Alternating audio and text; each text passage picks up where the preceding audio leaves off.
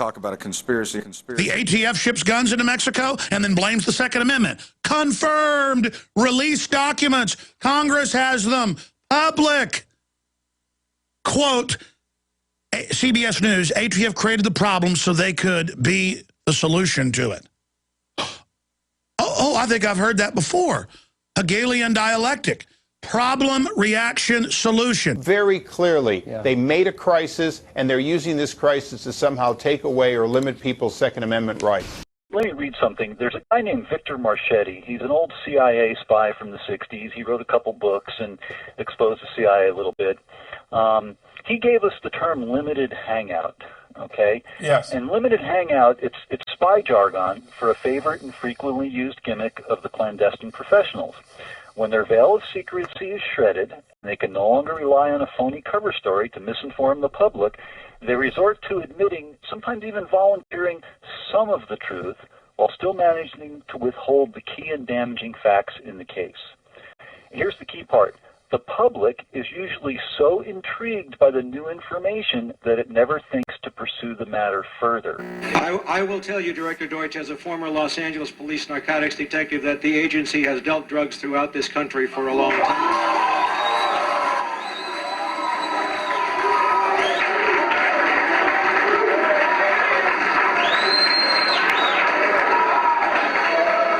From 2006 to 2010, the Sinaloa cartel in Mexico, the Norte del Valle cartel in Colombia, and other drug traffickers laundered at least $881 million in illegal narcotics trafficking proceeds to HSBC Bank USA. These traffickers didn't have to try very hard. They would sometimes deposit hundreds of thousands of dollars in cash in a single day into a single account, using boxes, as Loretta said, designed to fit the precise dimensions of the teller's windows in HSBC's Mexico branches. Mexican drug cartels were funneling over $700 billion through the bank. U.S. Attorney Loretta Lynch. The investigation revealed that staggering amounts of cash, hundreds of thousands of U.S. dollars daily, were being deposited into HSBC Mexico using boxes specially made to fit through their tellers' windows to speed the transactions. How did the bank manage to avoid criminal charges? When the most ruthless of the Mexican drug cartels wanted to hide their money, they went to HSBC. So did terror groups, including Hamas and Al-Qaeda, along with Iran and other countries on the U.S. financial blacklist. All customers of a bank known well around the world. HSBC, the world's local bank. Assistant Attorney General Lanny Brewer. HSBC is paying a heavy price for its conduct. And under the terms of today's agreement, if the bank fails to comply with this agreement in any way at all, we, of course, in the government reserve the right to prosecute the bank. A deferred prosecution agreement with HSBC, in effect meaning there will be no prosecution of the bank or its top executives, despite more than a decade of dealing with criminals and terrorists. And this is a very just, very real, and very powerful result. So you don't think the bank got off easy? No, and I don't think the bank thinks it got off easy. Well, John, with all of this apparent evidence, why didn't the Department of Justice press a criminal prosecution on the money laundering charges? Well, that's a question we kept asking today, and the closest we got to it was they said that they never found one bank official or any collection of bank officials acting together that were doing this on purpose. Well, the HSBC settlement was a really shocking kind of new low in the history of the too big to fail issue. HSBC was a serial offender on the money laundering score. They had been twice given formal cease and desist orders by the government, one dating back as far as 2003, another one in 2010, for inadequately policing the accounts in their system. They laundered over $800 million for cartels in Colombia. Drug cartels in Colombia and Mexico. They laundered money for terrorist-connected banks in the Middle East, Russian gangsters. Literally, I talked to one prosecutor, it's like they broke basically every law in the book and they did business with every kind of criminal you can possibly imagine. and they got a complete and total walk. I mean, they had to pay a fine. $1.9 billion, a lot of money. It's a lot of money, but it's 5 weeks of revenue for the bank, to put that in perspective, and no individual had to suffer any consequences at all. There were no criminal charges, no individual fines, which was incredible. HSBC is one of the largest banks in the world. It's a British bank, and they were caught red-handed. They were dealing with some of the top drug lords in the world. They were basically laundering their money for them. Billions of dollars, but not just the drug cartels, but they were also dealing with terrorists. And not just any old terrorist, Al-Qaeda. You name it, they did it all. But my God, Al-Qaeda. If you had a Muslim American, as an example, working with Al-Qaeda, he would literally never get out of Guantanamo Bay. So obviously these top bankers at HSBC, they're all in handcuffs now. Congratulations, Justice Department, right? Now you know where this story's going. None of the executives will be punished. No one will go to jail. No one will go to trial. We asked Chief of the Criminal Division, Lanny Brewer, why such referrals hadn't led to charges. I can't really talk about any specific case, but Phil Angelides and I have had very direct and very good conversations. But in reality, in a criminal case, we have to prove beyond a reasonable doubt, not a preponderance, not 51%, beyond any reasonable doubt that a crime was committed. Now, HSBC does $60 trillion of suspicious activity, and somehow they just don't catch it, and they continue to make millions of dollars off it. But when it comes to Elliot Spitzer's transactions, well, they happen to catch that right away. That's really interesting. Do you know what it was totaling? 3 wire transfers totaling roughly $10,000 to QAT International. That wound up being the escort service, a shell account. So get a load of this. A bank catches suspicious activity from 3 wire transfers for $10,000. HSBC couldn't catch $60 trillion worth of suspicious activity. Universally, the reaction, even among the financial press, which is normally very bank-friendly and gives all these guys the benefit of the doubt, the reaction is what do you have to do to get a criminal indictment? What HSBC has now admitted to is more or less the worst behavior that a bank could possibly be guilty of. They violated the Trading with the Enemy Act, the Bank Secrecy Act, and we're talking about massive amounts of money. It was $9 billion that they failed to supervise properly. HSBC, Britain's biggest bank, said it was profoundly sorry for what it called past mistakes that allowed terrorists and narcotics traffickers to move billions around the financial system and circumvent U.S. banking laws. These crimes were so obvious that apparently the cartels in Mexico specifically designed boxes to put cash in so that they would fit through the windows of HSBC teller windows. So it was so out in the open, these crimes, and there's going to be no criminal prosecution whatsoever. You can do real time in jail in America for all kinds of ridiculous offenses, for taking up 2 subway seats in New York City. If you fall asleep in the subway, people go to jail for that all the time in this country. For having a marijuana stem in your pocket, there are 50,000 marijuana possession cases in New York City alone every year. And here we have a bank that laundered $800 million of drug money, and they can't find a way to put anybody in jail for that. That sends an incredible message, not just to the financial sector, but to everybody. It's an obvious, clear double standard where one set of people gets to break the rules as much as they want, and another set of people can't break any rules at all without going to jail. Senator Levin referred his committee's findings to justice, but again, the department declined to bring any criminal charges. No one going to jail, no individuals being held accountable for anything other than relatively paltry fines. I've talked to Senator Kaufman, I've talked to Senator Grassley, I've talked to staffers, I've talked to a number of people. They told us that they felt that you didn't make this a top priority.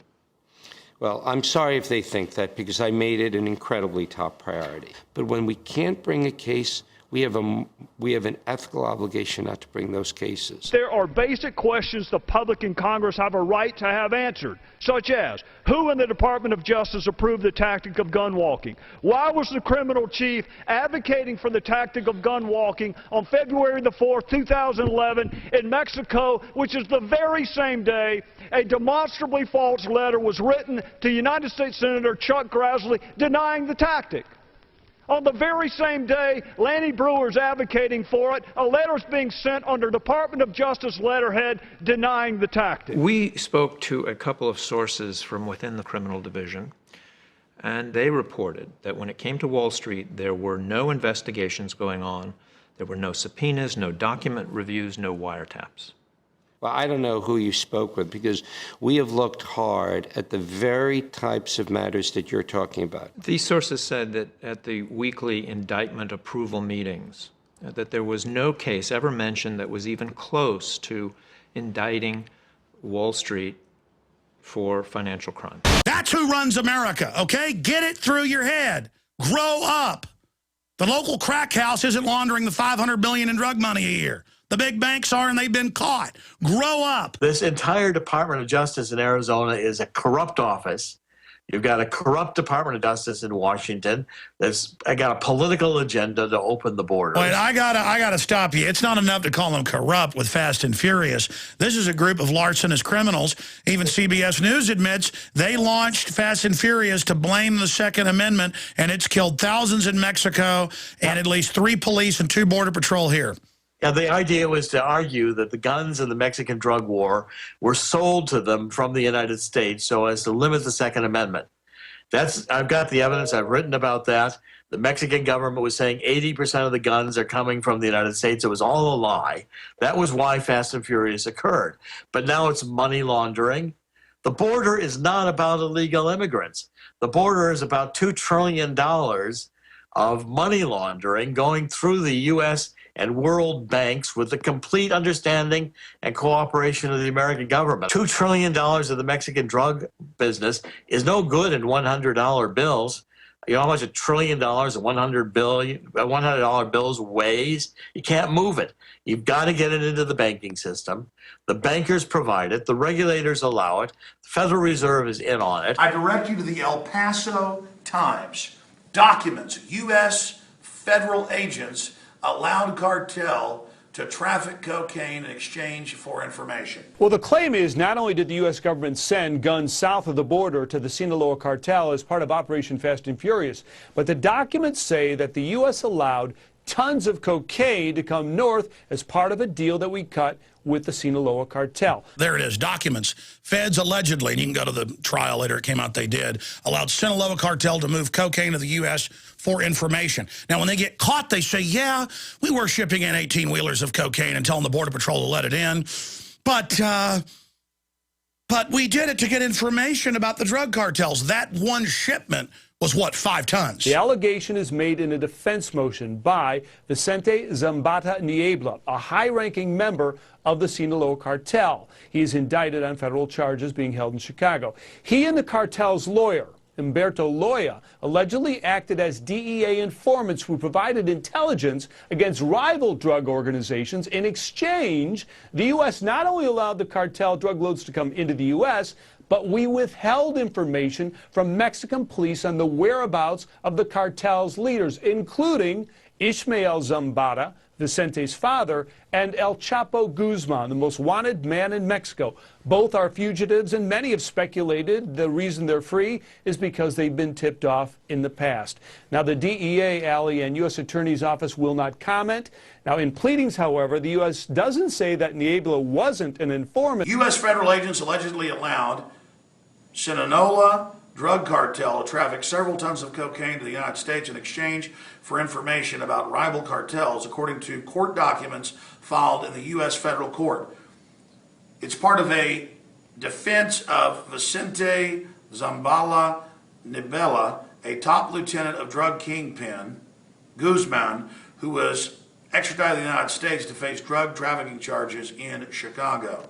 The case could prove to be a bombshell on par with the ATF's Fast and Furious program, except that instead of U.S. guns being allowed to walk across the border, the cartel was allowed to bring drugs in the United States over a 5-year period.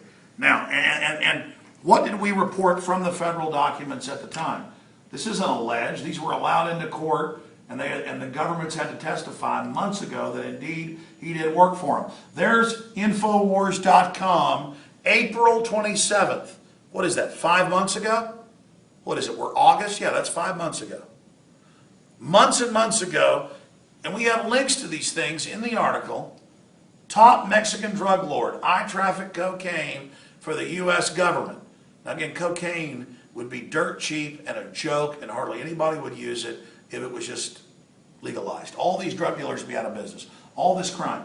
And you read into here, it's the same drug kingpin here saying he trafficked the drugs for the U.S. government. See, the El Paso Times is spinning this to say, oh, I was allowed to. No, he's saying I worked for the U.S. government.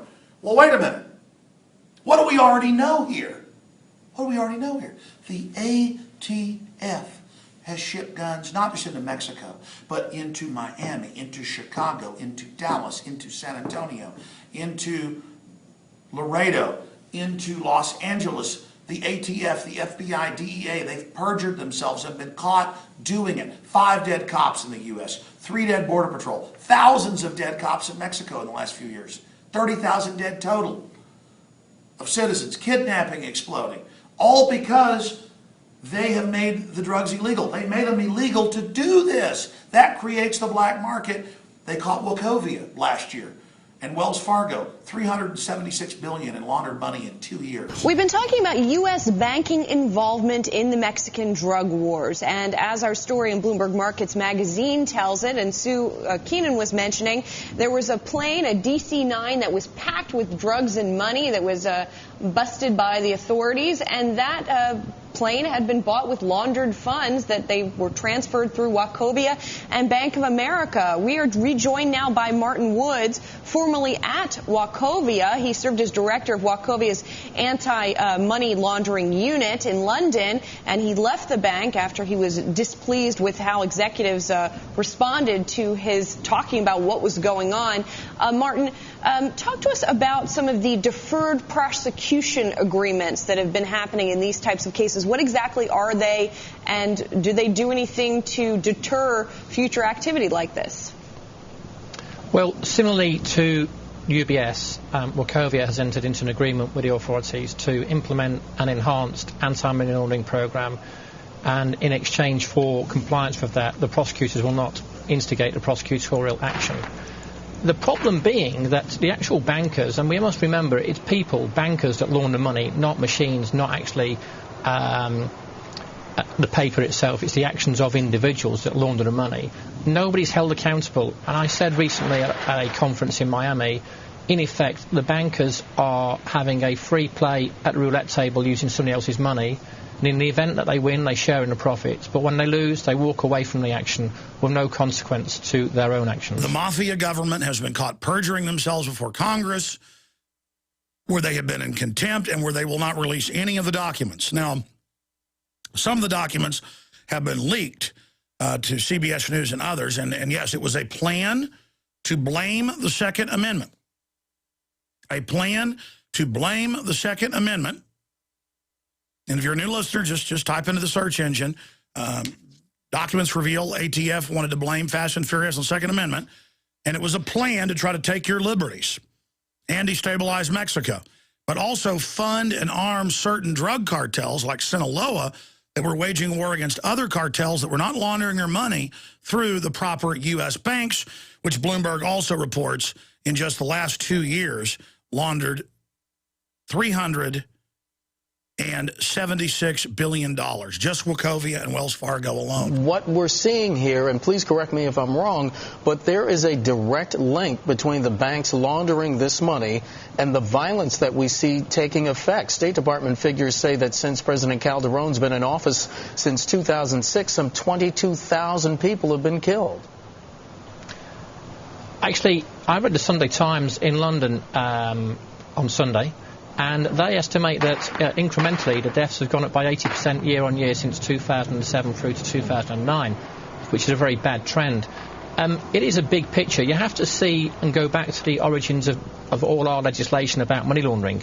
The objective was to take the proceeds out of the crime, to take away the incentive to commit the crime. The fact that the money's being laundered, it's going back across the border, and Hillary Clinton recognised this when she spoke in March last year, and clearly stated that some of that money is being used to buy the guns that are killing police officers. It causes some of us to ask the question, just how close are the launderer's fingers to the trigger of the killer's gun? Wells Fargo and its subsidiary, $376 $6 billion in laundered drug money over 2 years, and they were given a $100 million fine. That's 0.3%. So that's pretty good, Governor. You rob a bank or you engage in a $300+ billion crime and you pay $100 million. So that'd be like if you robbed $1 million and you paid them a couple $1,000 fine. Yeah, exactly. And that's the way it operates. We have two sets of justice in this country. One for the elites and the powerful, and one for the rest of us. And unfortunately, we're all caught in the rest of us thing. And what happened at Wachovia? I mean, why did their anti-money laundering efforts fail here? Well, if you look at the deferred prosecution agreement, you'll see that they understaffed their compliance department, which was in charge of overseeing and watching over all this money for suspicious transactions. Mm-hmm. But more importantly, there was a conflict between the people who ran the business and the people who were supposed to watch over for suspicious activity. There were several warnings by the compliance people they had on staff that these cartels were using the bank to launder money, and they were basically vetoed by the people who ran the businesses. But why was that? What do you mean conflict? Well, because the people that were running this business, which is called correspondent banking, in other words, handling all these transfers and charging fees, they're compensated for volumes of business. I see. Okay. And so when the compliance people said, hey, you should close these accounts, we're suspicious, my impression was that they were thinking more about their bonuses and not really thinking hard about what was going on. Right. They were thinking that they were going to make a lot of money, though, out of the transfer of this cash. Exactly. Now our troops go on national news, Geraldo, Fox, ABC, BBC. I've played all the newscasts here and say, yes, we help grow the opium, and then we help ship it out. The Taliban finances much of its operations by selling opium, which is grown from poppies, which are right now being harvested. So here's the question. Why are American troops now helping Afghan farmers grow that opium? Nick Schifrin reports from Afghanistan on a controversial new policy. In western Kandahar, poppy farmers score, kill, harvest their crop, and the Americans do nothing to stop them. U.S. soldiers greet farmers. Can you show me which poppy field is yours? They commiserate with farmers having a bad harvest. Tell them I'm very sorry for this field this year, and hopefully there's a better harvest next year. And in one case, they even paid a farmer $1,000 after U.S. and Afghan special forces burned his crop. If you can come down to the base or on my next visit, I'll make a payment. This is controversial. The opium trade is the Taliban's main source of funding.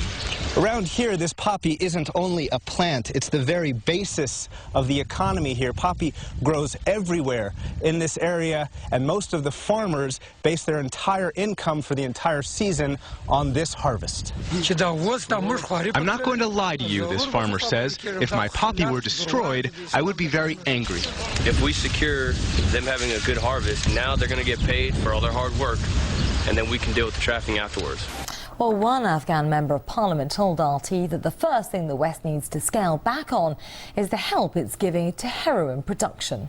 I think it's true that Afghanistan produces a lot of opium, but when you talk about heroin, the international community forgets the fact that in order to turn opium to heroin, you require chemical precursors that come from huge pharmaceutical companies from Europe and Far East and other countries. So they never talk about that. There's enough money made in bringing precursors to this country to turn our poppies into heroin. For example, 9,000 tons of opium last year in Afghanistan required 13,000 pounds of chemical tons of chemical precursors that came from major pharmaceutical producers in the world. Afghans are producing it to survive, and I'm not condoning it. We should stop producing it, but also the consumption should stop, and also the import of precursors should also be stemmed, in my opinion. Money laundering and banks and all those issues should be dealt with seriously. This is just 1 kilo of heroin. It's worth about £50,000 in the UK. This whole cell is filled with 600 kilos of heroin. It took just 1 month to pick up, and that was just in Kabul, not the whole of the country. And it has a street value in Europe of about £80 million. The terrorists have been deprived of this drugs money, but it's a tiny proportion of the rest they'll spend on weapons and bombs to target the British and other international troops. It's very important for the American taxpayer to understand that Afghanistan was producing virtually no heroin under the Taliban and is now responsible for 80% of the heroin coming to the United States and the Western countries. Opium production in Afghanistan is on the rise. In 2001, the country produced a few hundred kilograms. Today, that number has grown to 8 metric tons. Now, we invaded Afghanistan right after 9/11, secured the country in November. Just by coincidence, the planting season for the opium poppy is November, and you harvest in late May and early June. When the Taliban was in Afghanistan, they were what they were, but they were definitely against opium crops cultivation, and a lot of it was destroyed. We secured the country just in time to release a whole bunch of opium warlords from prison. It was in the news. Well, drug money could soon be funding Al-Qaeda and other terror groups. These beautiful-looking flowers are fueling some ugly addiction and terrorism. Police don't bother them. The U.S. military has other priorities. So within this past year that the U.S. government has control of Afghanistan, why is there a major crop of heroin? That is the principal crop that is being grown here. The Taliban lend the farmers the money. They are indebted to the Taliban. They have to grow the opium. Now the Marines, in their success, are in a sense a victim of their success, because now the population is, they have these opium fields, and we are tolerating it. We are tolerating the cultivation of the opium because we know that if we were to destroy it now, the population would turn against the Marines, and it would be a real security risk. I know that you care deeply about this contradiction, the fact that here you have one of the best fighting forces in the world ever mounted, and in a sense you're watching as this opium is being grown. I know it grinds at your gut. How do you deal with it? What are you doing about it? Well, frankly, this is a part of their culture. So while it might grind in my gut, it's what they do. We provide them security. We're providing them resources. We can't eradicate these crops for security reasons, and these guys, after winning the war, in a sense, now have to fight this fight. But next year, hopefully, it'll be better. He just explains it better than we can ever read in any paper. What a dilemma it is with the opium trade. And they make so much money off the opium per yard there. They make so much money. And they can't destroy it. Right. What a difficult position. We're here helping the Afghans grow the opium. We have to, or Al-Qaeda will get the opium. It's just never going to end. A meat grinder they feed troops into, and out of it comes oil pipelines and opium. In other words, there are too many people who make money on this. I don't make anything up. Americans themselves admit that drugs are often transported out of Afghanistan on American planes. Drug trafficking in Afghanistan brings them about $50 billion a year, which fully covers the expenses tied to keeping their troops there. Essentially, they are not going to interfere and stop the production of drugs. They engage in military action only when they are attacked. They don't have any planned military action to eliminate the Mujahideen. Rather, they want to make the situation more unstable and help the Taliban to be more active. They even started negotiations with them, trying to direct them to the Central Asian republics, to destabilize the whole region, and to set up their bases there. One would think right now Russia is interested in cooperation with Americans. During Obama's visit, there was talk about providing air and ground corridors for Americans to supply their troops in Afghanistan. And some journalists even say now that it's good for Russia that Americans are in Afghanistan, that we need to help them because they are there to restrain the Mujahideen and keep them from attacking us. That's right, but the problem is they don't do anything of the kind. Oh, we provide them other crops. That's why the crop's up almost tenfold. Well, we hate it, but Al-Qaeda will make the money if we don't grow it. And so here is Geraldo Rivera. This all came out in a 1-month period. Because they've gotten slicker. Instead of just denying it, they're like, yeah, we grow the opium. And we're going to put you in a private prison owned by our banks that bring it in. Wells Fargo, you know, that bank that received a cool $37 million from the U.S. government, taxpayer-funded bailouts, is also the main investor in for-profit prisons. That's right. You see how they get money on both ends? Good businessmen. Of course, we're naive idiots, so that's why we live like this. But again, when you use it, you go to a jail. This is how they've made slavery legal. 7.1 million people. I said 6 million yesterday. I looked it up. It's 7.1 mil now in prison, double what China has. 1 out of every 100 Americans are currently incarcerated in either jail or prison, making America the country with the highest incarceration rates in the entire world. The U.S. has only 5% of the population, but holds 1/4 of the world's prisoners. And on record, of the 3 or 4 big companies, they're subsidiaries of banks that launder drug money. So let me explain how this works. They make it illegal to drive the price up. So your daughters sell themselves, people rob you for the money, so the banks can get bigger profits. Then they get the zombies that use it, throw them in the jails, the prisons, working to build widgets to drive down our wages on the outside. You think China takes your jobs? How about 7.1 mil? There's currently a real boom of job offers for inmates in the country. Both state and some of the biggest private companies are now enjoying the fruits of a cheap and readily available workforce, with tens of millions of dollars spent by private prisons to keep their jails full. In the U.S., the market for cheap labor is booming behind bars. In the last 15 years, partnership between prisons and private manufacturers has increased significantly. They're becoming America's very own Chinese-style manufacturing line behind prison walls.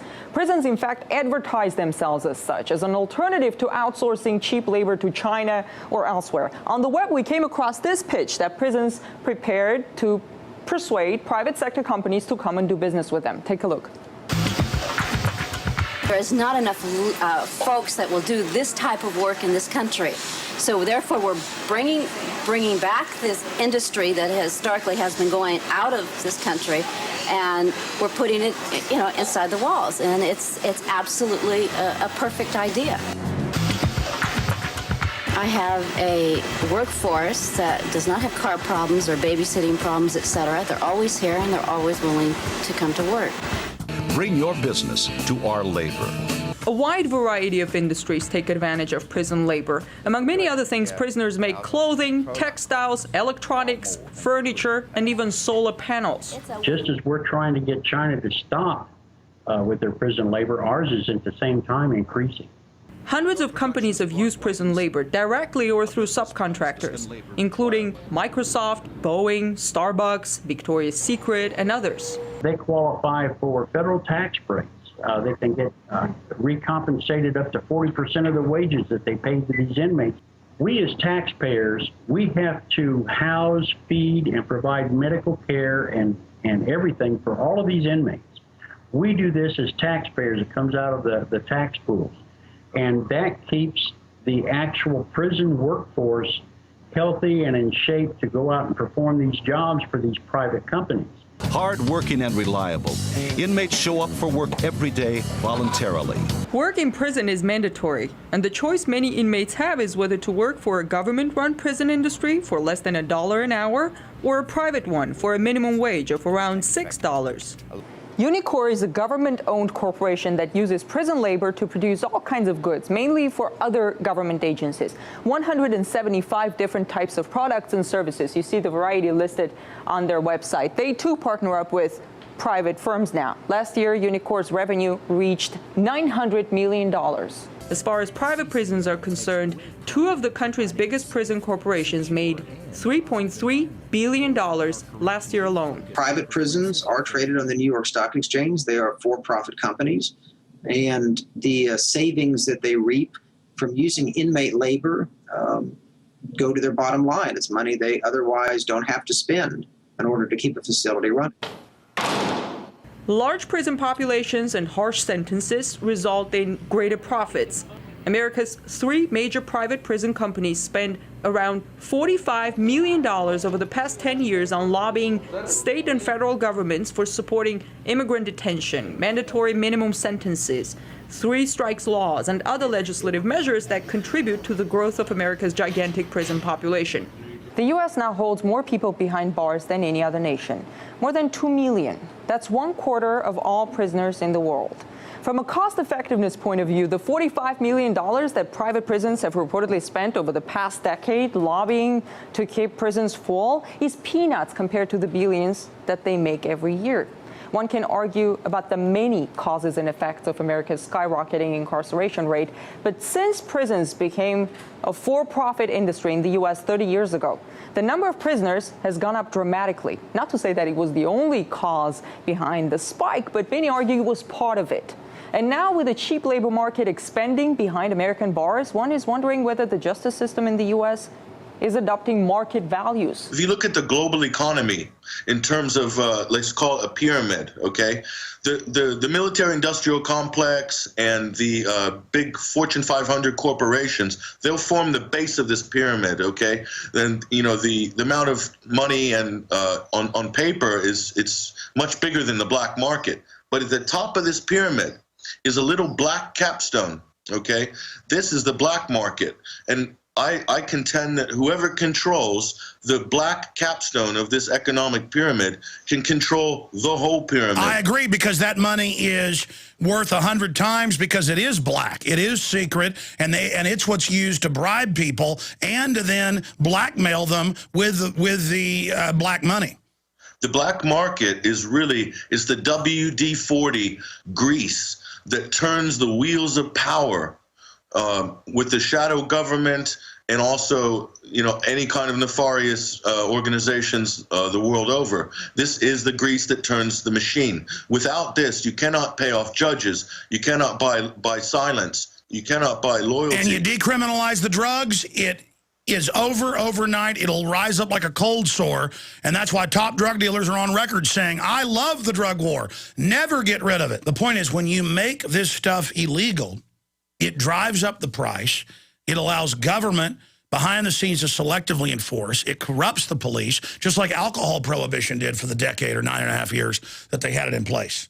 And when that ended, they made drugs illegal. You could buy cocaine, heroin at the corner drugstore, and much smaller numbers of people used it or took it.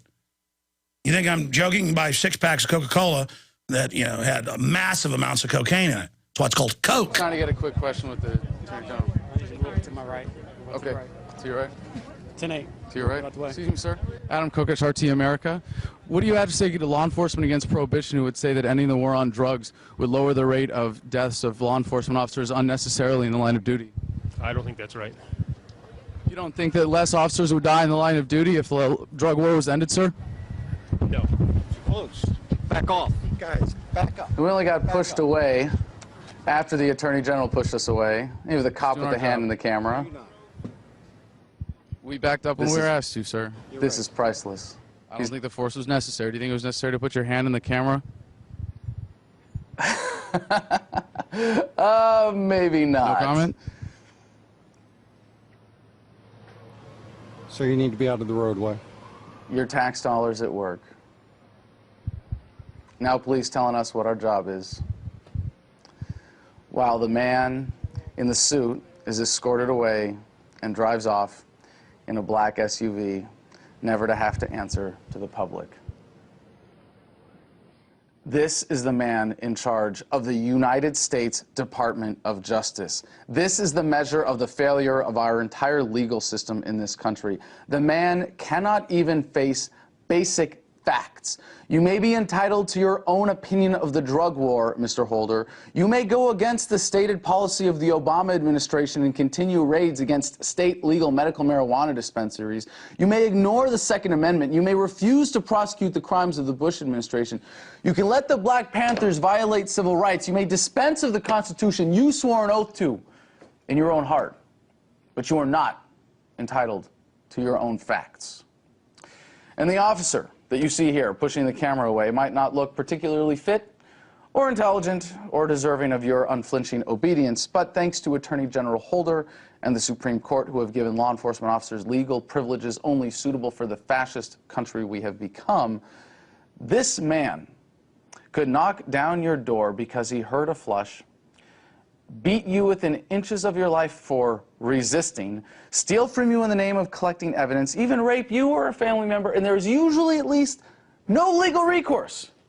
This is the measure of failure of our system of justice because the very mechanisms intended to protect our lives and liberties have become the greatest threat to them. To be fair to Mr. Holder, I had to catch him off guard. What he really meant to say, I think, was, Mr. Kokesh, the drug war's purpose is to supply a never-ending stream of citizens into incarceration, leading to a never-ending stream of tax dollars into the corporations that run prisons. It also conveniently gives us an excuse to pretty much ignore your rights. Do you have a final response, Mr. Attorney General? Ms. Adams asked me about, Congresswoman Adams asked me about political points. the reference to John Mitchell. Let's think about that. Think about that. At some point, you know, as they said in the McCarthy hearings, at some point, have you no shame? You know, have you no shame? Have you no shame?